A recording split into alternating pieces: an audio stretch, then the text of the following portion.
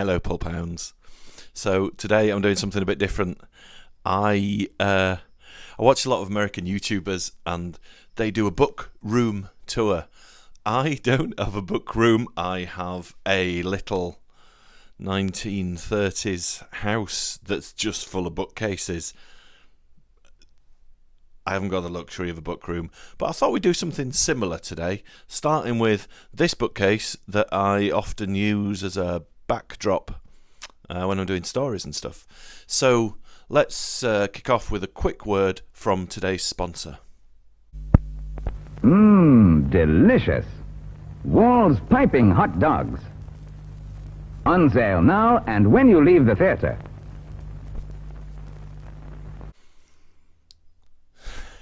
I don't know what that sausage went into. Never said that sentence before in my life. Also, you're going to have to excuse my blankety-blank Terry Wogan style microphone, because I'll be turning round. So if I have just like the mic here fixed to something, you'll get me kind of going, so let's talk about another book. Completely removed his insides.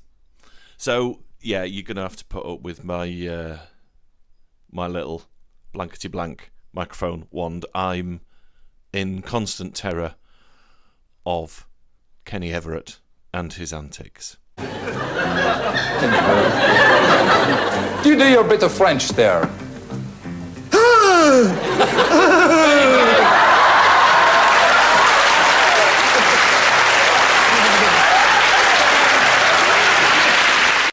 So let's have a look. There's a couple on the top. Let me just move those. So what's that one? We've got one of my favourite novels in the history of books. You can't see that. It's a really old edition of The Island of Dr. Moreau. There is a bit of H.G. Wells in this. On another bookcase, I've got like nice hardbacks of his novels and stuff. But I think Island of Dr. Moreau is an absolute gem. Let's move that one. 50 Great Horror Stories. These are really nice collections. John Canning also edited 50 Great Ghost Stories. They're a little bit cheesy and a little bit kiddie, but I got that one and I sent off for it, and it wasn't the edition that was advertised. I wanted the edition that goes with my 50 Great Ghost Stories. And I've talked about In Death's Mouth, edited by Johnny Maines, in a recent pickups video, I do believe.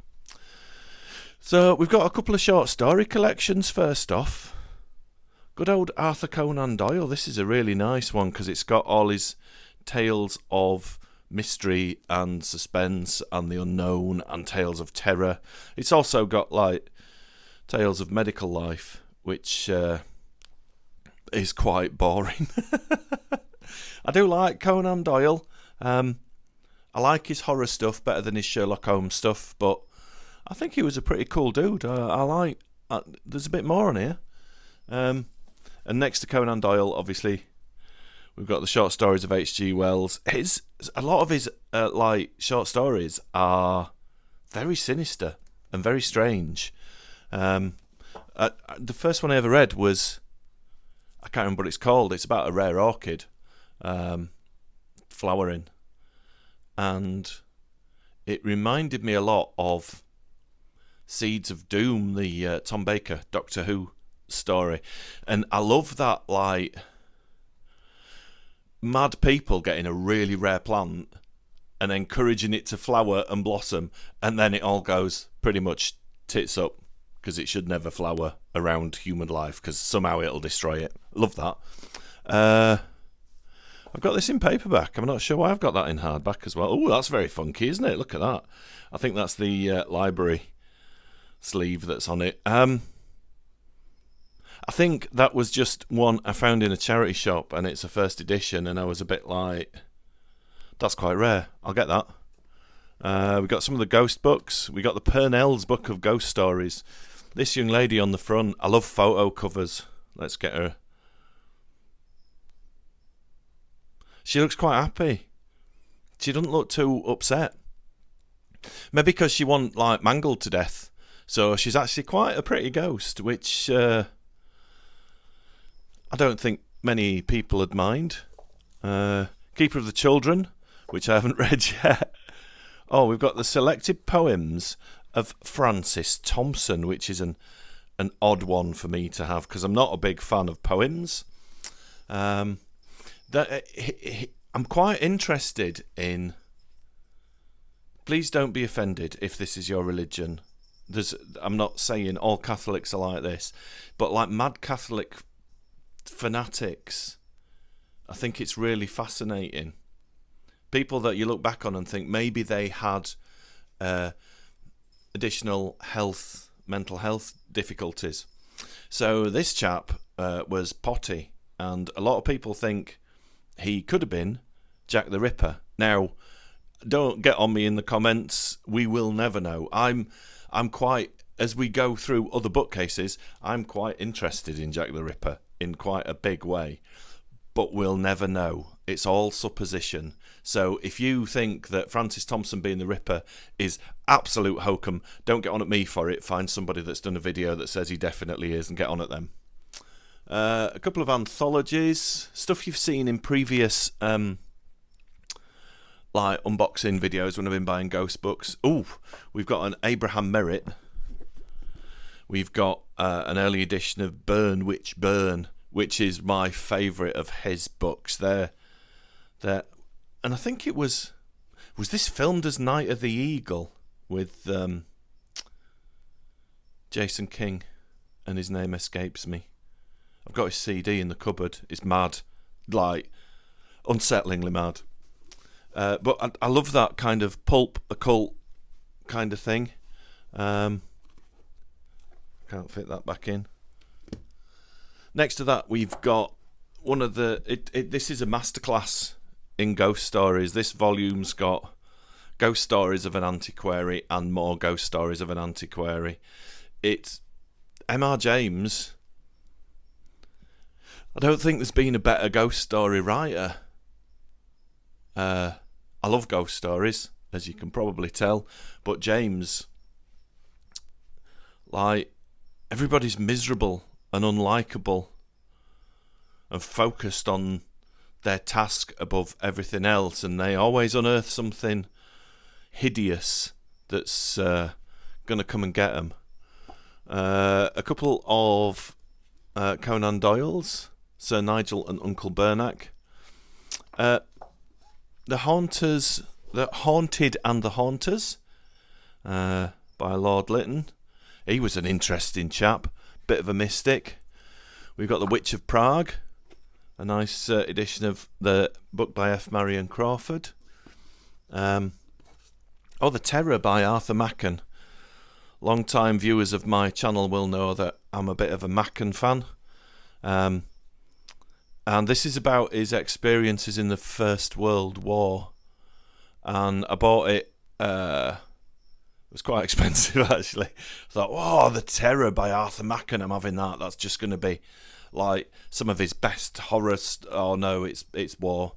Which, it's a really interesting book, and I did read it. But a lot of my reading time is escapism. I want ghosts and monsters and goblins and fantasy, and not like high fantasy, but like escapist fantasies of darkness and gloomy castles and things like that. Uncle Silas by Joseph Sheridan Le Fanu.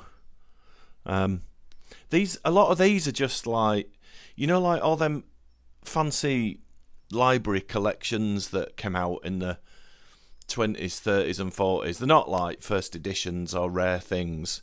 They're just part of, like the Everyman's Library. This is part of the Chesset Press, which I think was an ongoing series of books. Another couple that you've seen in other collection, like unboxing videos. I've got a nice edition of Dark Matter by Michelle Paver, which is, I think it's one of my favourite modern ghost stories. I like the isolation in it. I just think it's a lovely, gentle, sinister story. Good fun. If you've not read it, you can get it dirt cheap. Stuff's great. Second shelf down.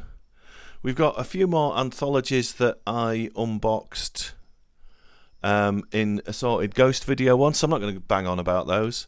A couple of volumes of Algernon Blackwood, Uncanny and the Supernatural. I think I've shown, like, that came from my gran's. This bookcase came from my gran's, actually. I'm not going to try and squeeze that back in. And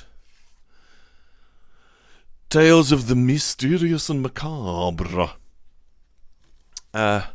Blackwood's very dry, but I love his stuff. It's really quite dated now, in terms of pace and his techniques in telling a story. And if you look on YouTube, there's loads of like little filmed things where he just relate some sinister yarn that happened to him.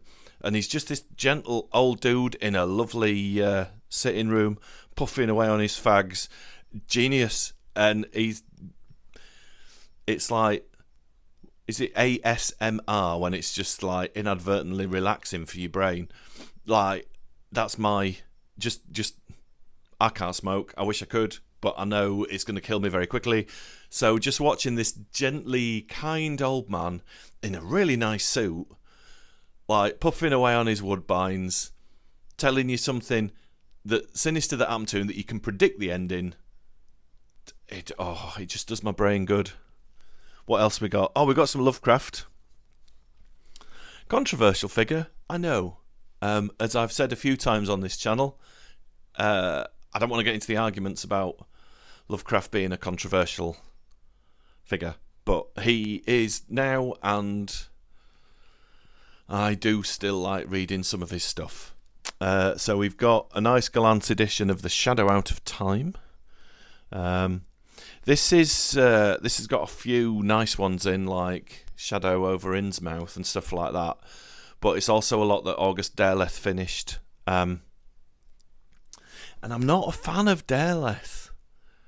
I hope that's all right to say. I don't think he quite had the edge that Lovecraft did. So I've also got Dagon, which is a brilliant collection. And I love those Gallant covers. They're kind of like really basic, but I don't know, there's something magical about them. It must be the font, because that's all that there is there.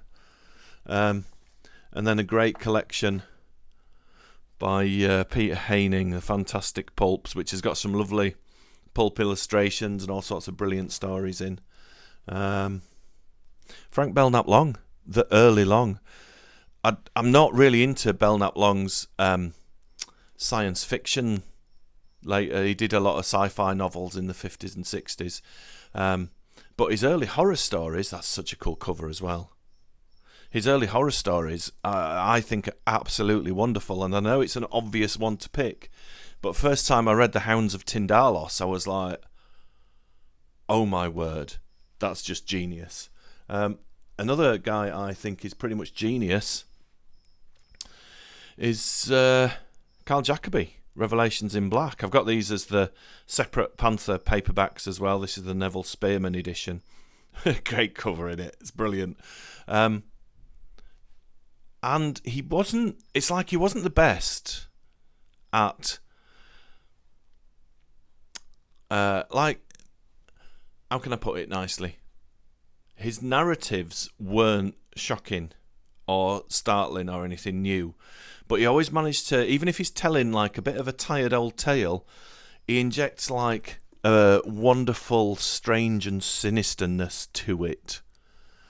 I've got this. I don't know if you can see that. This is Alice in Wonderland and Alice Through the Looking Glass. I'm not being like one of those people that's like, oh, Alice in Wonderland's great and sinister. I did a lot of my growing up in Ripon, as I've mentioned before, and Lewis Carroll was inspired by some of the medieval carvings in Ripon Cathedral to start coming up with the ideas for Alice in Wonderland.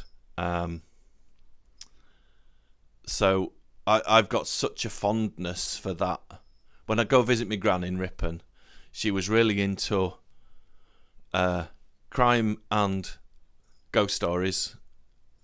So I would just sit and read, and then she'd take us out on walks and take us to like interesting places of folkloric relevance, like fairy steps and devil's arrows and all sorts of stuff. So that's got a little bit of that childhood magic for me, and this has got some beautiful illustrations in. I'll put some up while my back is turned.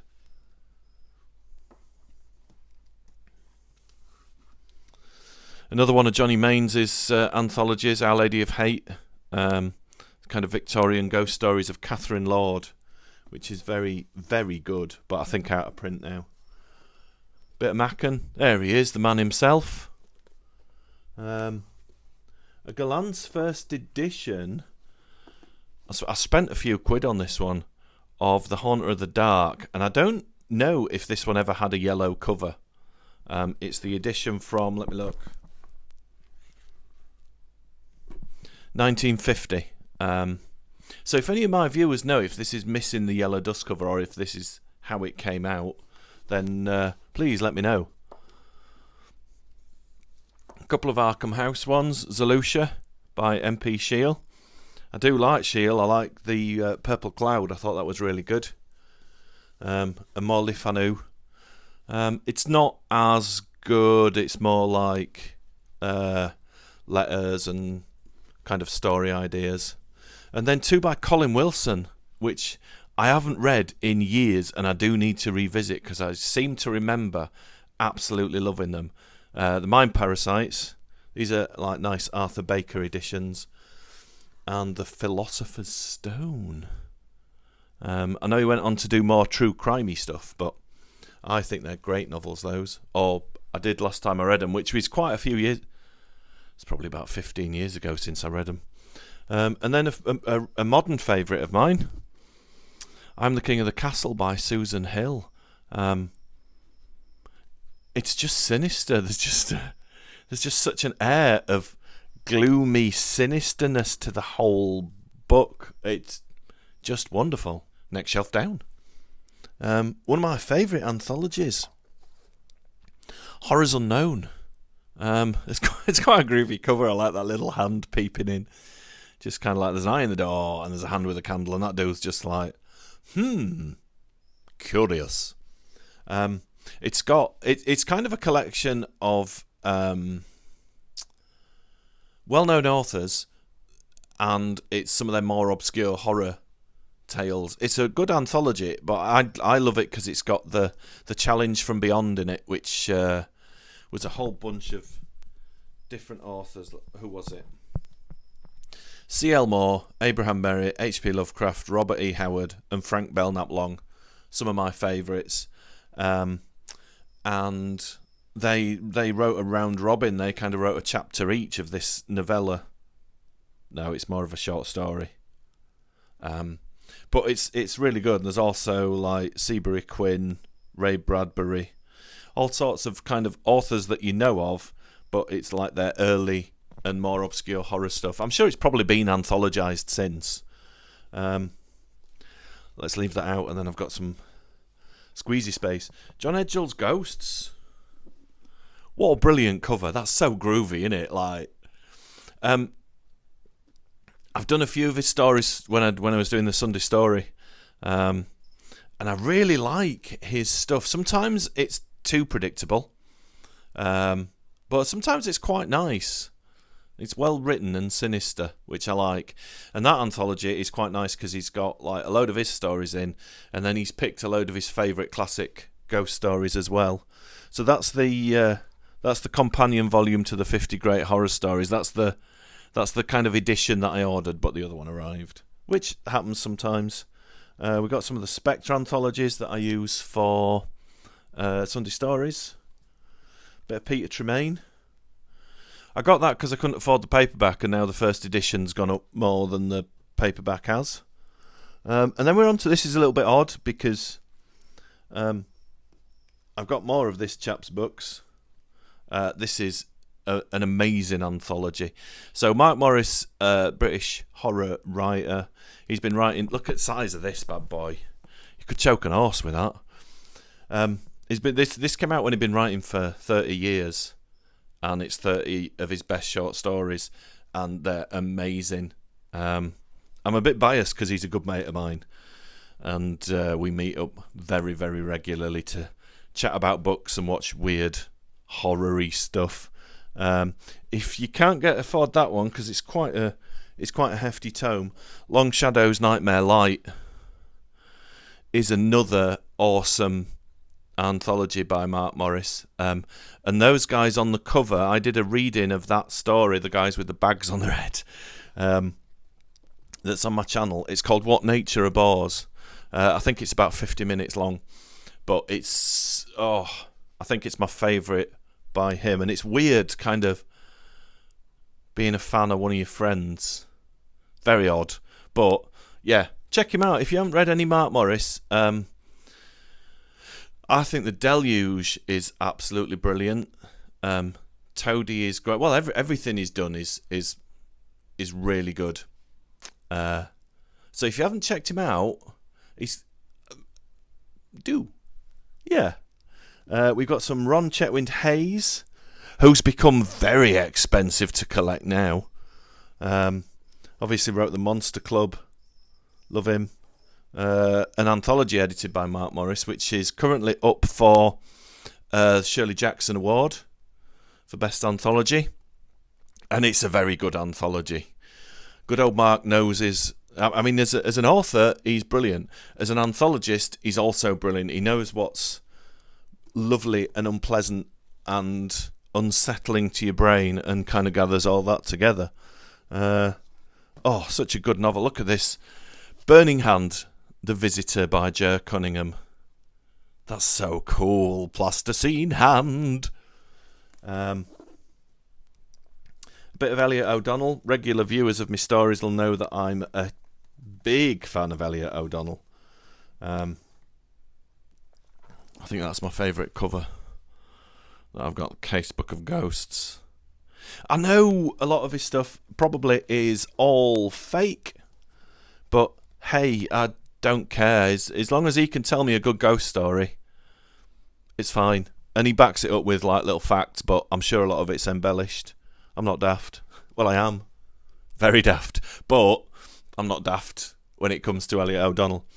A couple more anthologies. Lord Halifax's Ghost Book. The Monk by Matthew Lewis, which is one of me strange and favourite books. Oh, that wasn't very good, actually. The Unquiet Spirit by Margaret something. It was alright. Just a kind of romantic ghost story. Bit more Le Fanu. I've got a first edition of Snow Beast by Peter Tremaine, which isn't a good cover. Again, I bought this because I couldn't afford the paperback.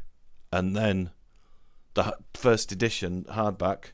I say first edition. I don't think it was reprinted into later editions. I see that from book dealers. They're like, got this, it's a first edition. There was only ever a first edition because it didn't sell enough to warrant. It didn't sell enough hardbacks to warrant a second print run, I don't think. And the same with Harry Adam Knight's Bedlam. Not the best cover, not the one I wanted, but I couldn't afford the paperback, so I got the hardback. It was a first edition, and now it's very expensive. Right, last shelf, and we'll crack on, because I don't want this video to be too long. I don't read a lot of autobiographies, but this gentleman, that's such a beautiful autobiography, and it ends when his wife dies, when Helen passes away, because that's when his life, he said at the time, was pretty much over. So that's when his autobiography ends. It's heartbreaking. It really is. The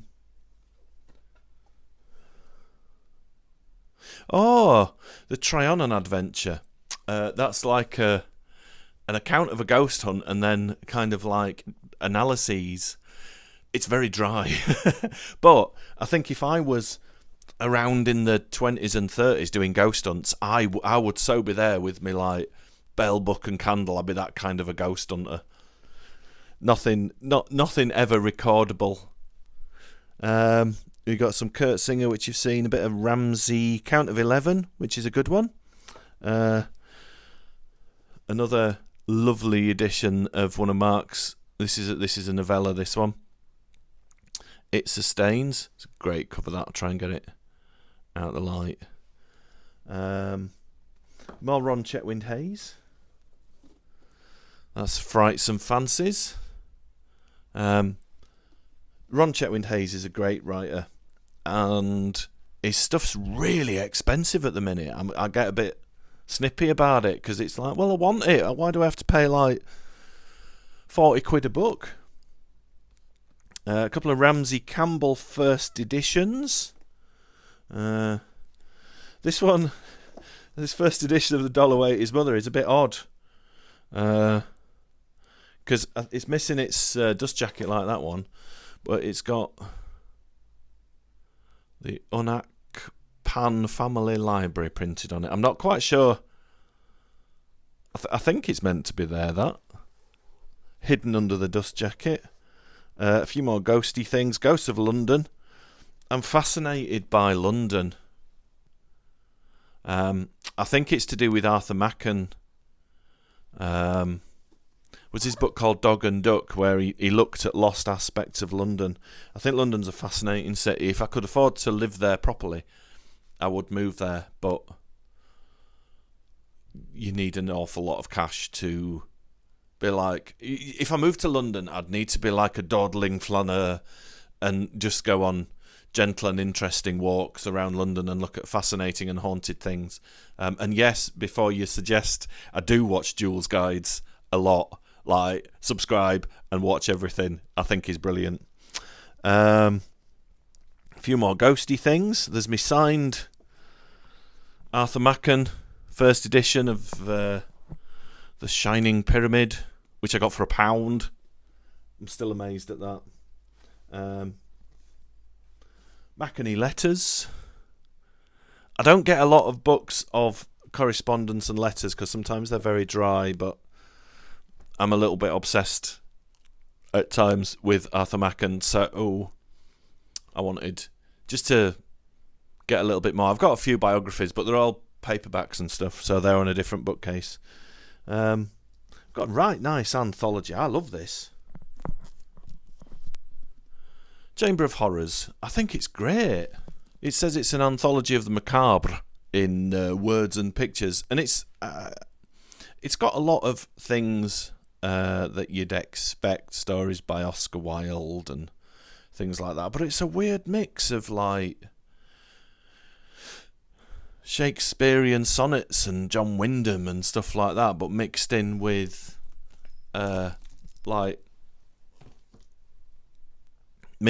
classic illustrations and paintings and stuff. It's a really odd book, but I really like it. Then we've got... I'm not pretentious with my Sherlock Holmes. I'm not like... I get it. Some of them were really dull.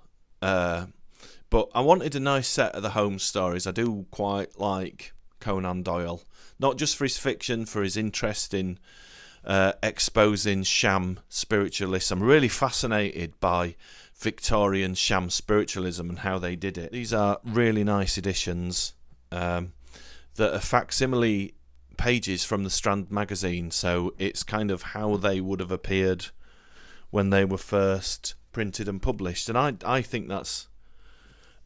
for me, that's a really nice way to read the Sherlock Holmes stories and power through the ones that are dull. Some of them are brilliant, some of them are dull.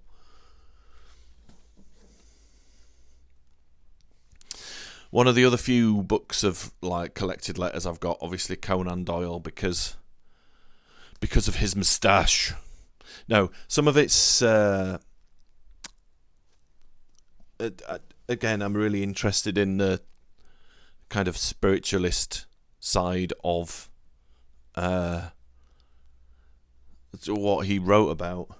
And then I've got a couple of folio editions, a couple of history ones, The Great Plague and the Black Death, and a very nice but uninspired folio edition of Ghost Stories. It's absolutely beautiful, but